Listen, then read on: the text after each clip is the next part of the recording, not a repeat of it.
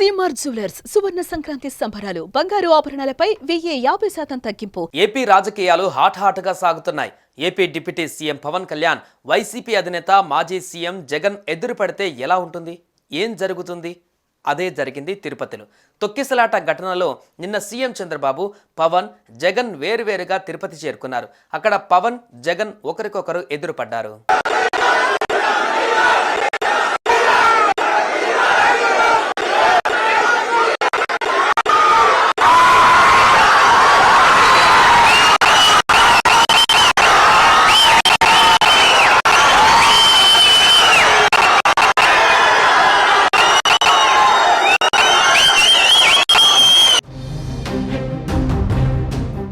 తిరుపతి తొక్కిసలాట ఘటనలో గాయపడి స్విమ్స్ ఆసుపత్రిలో చికిత్స పొందుతున్న బాధితులను డిప్యూటీ సీఎం పవన్ కళ్యాణ్ పరామర్శించారు.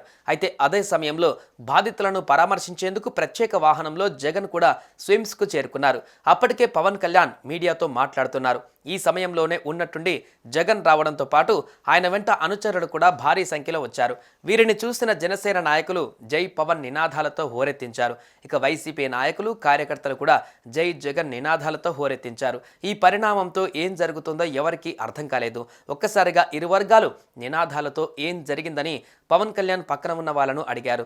జగన్ ఆసుపత్రికి వచ్చారని పవన్ కు చెప్పారు. ఇందుకు సంబంధించిన వీడియో వైరల్ అవుతుంది. ప్రభుత్వం నుంచి టీటీడీ బోర్డు మెంబర్, అలాగే పోలీస్ కానీ ఈ రోజున వారు ఎవరైతే చనిపోయారో, ఎవరైతే వచ్చారో వాళ్ళందరికీ క్షమాపణలు చెప్పాలి, వారికి సంతాపం ప్రకటించాలి.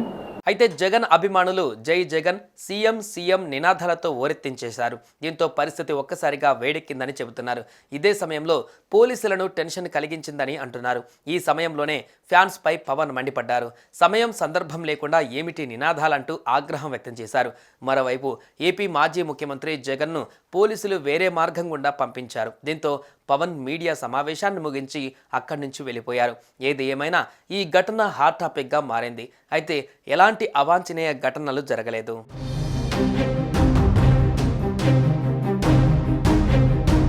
Crowd management, TTD is known for crowd management. TTD's expertise is crowd management. అంటే 4 లక్షల మంది గరుడ సేవకు వచ్చినప్పుడు ఎప్పుడు దుర్ఘటన జరగల. 2500 మంది జరిగినప్పుడు కొంతమంది అంటున్నారు దీంట్లో ఏదైనా కావాలని చేశారా, కావాలని మూసేశారా, కొంతమంది పోలీస్ శాఖలు ఉద్దేశపూర్వకంగా చేశారా, దీన్ని కూడా దృష్టిలో చెప్పమంటున్నారు. ఇది చెప్పింది స్వయాన కొంతమంది క్షతగాత్రులు, వాళ్ళ పోలీసులు కొంతమంది బాధ్యత ప్రవర్తన విధానం చూస్తుంటే కావాలని చేశారని కూడా అనిపిస్తుంది. భిన్నమైన అభిప్రాయం ఉంది. నేను దాన్ని కూడా పరిగణలో తీసుకోమని చెప్తున్నాను ఎంక్వైరీలో.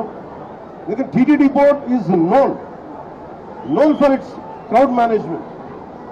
అలాగే ప్రత్యేకించి to the entire nation, to the entire country, to the entire Sanatani believers, to the entire Hindu Samaj from state government of AP, I profusely my wholehearted apologies for what had happened.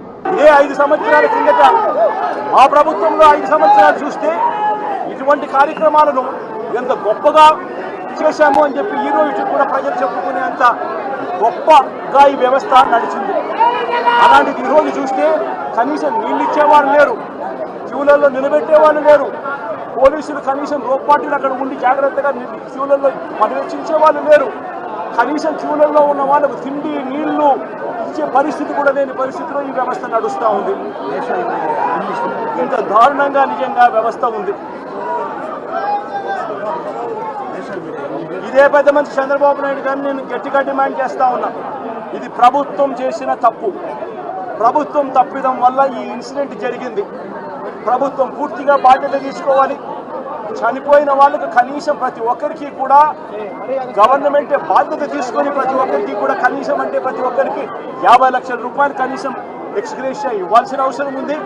అదేవిధంగా ఇక్కడ పేషెంట్లుగా ఉన్న వాళ్ళందరికీ కూడా ప్రభుత్వం తప్పిదం వల్ల వీళ్ళంతా కూడా పేషెంట్లు అయ్యారు కాబట్టి వాళ్ళందరికీ కూడా ప్రభుత్వం తప్పిదంగా ఒప్పుకుంటూ వాళ్ళందరికీ కూడా ఉచితంగా వైద్యం ఇప్పించడమే కాకుండా ఇంటికి పంపించేటప్పుడు వాళ్ళందరికీ కనీసం 5 లక్షల రూపాయలు డబ్బులు ఇచ్చి ప్రతి ఒక్కరిని కూడా పంపించాల్సిన బాధ్యత కూడా ప్రభుత్వం మీద ఈ ప్రభుత్వాన్ని డిమాండ్ చేస్తా ఉన్నాం. సుమన్ టీవీలో మీ పర్సనల్ అండ్ బిజినెస్ ప్రమోషన్స్ కోసం కింది నెంబర్కి కాంటాక్ట్ చేయండి.